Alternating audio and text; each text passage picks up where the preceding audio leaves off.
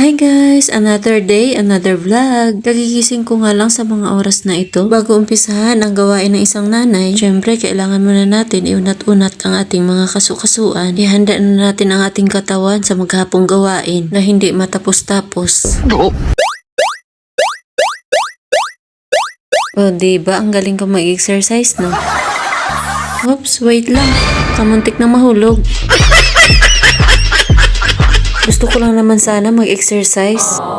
Kaso, parang ayaw makisama ng pajama ko. Tinigilan ko na nga lang ang pag-i-exercise ko. Baka kasi matuluyan pa. Kinuha ko na nga lang ang rice cooker nang makapagsaing na. Isinaksak ko na nga din ito sa puso mo.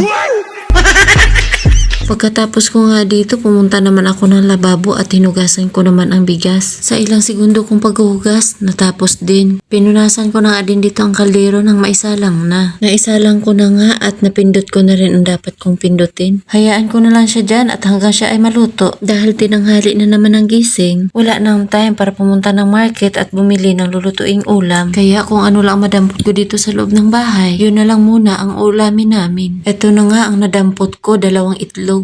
Nakatakas ang hotdog kaya itlog na lang muna. Ilalaga ko nga lang ito. Syempre, bago ko ilalaga, huhugasan ko muna. Pagkatapos kong mahugasan, ilagay ko na nga dito sa aking mahiwagang kaldero. Nilagyan ko na nga din ito ng tubig para masabing nilagang itlog nga siya. Pagkatapos ko nga dito, isinalang ko na din. Hindi ko naman kinalimutan buhayin ang apoy. Baka kasi hindi maluto eh.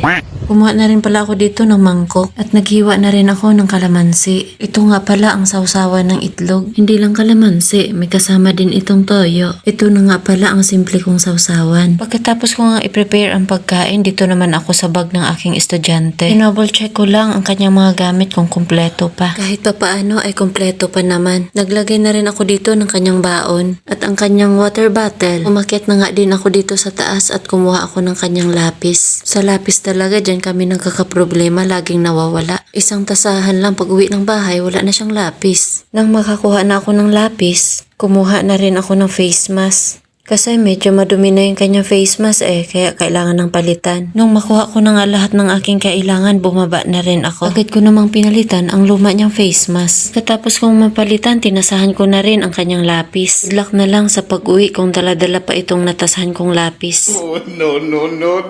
Pagkatapos ko nga ma-prepare ang gamit niya sa school, pumunta naman kami ng CR para mapaliguan ko na. Makalipas nga ang ilang minuto, sa wakas natapos ko na rin siyang paliguan. Makyat na rin kami sa taas para mabihisan ko na rin siya. Pagkatapos ko nga maayusan at kumain, ito na, naglalakad na nga kami. Hahatid ko naman siya sa kanyang school. Nga pala, first time niya rin magsuot ng Girl Scout uniform. Kaya napaka-excited niya rin na naisuot niya na yung kanyang uniform at pumasok sa school. Kaso nga lang, kulang pa yung mga aksesories sa kanyang GSP uniform. Kung mapapansin nyo, yung kanyang socks ay hindi pa pang GSP. At wala pa rin siyang mga pin. Kasi yung in-order ko kasing aksesories para sa kanyang uniform, hindi pa dumating. Kaya, to be follow na lang. Andito na nga din pala kami sa school. That's all.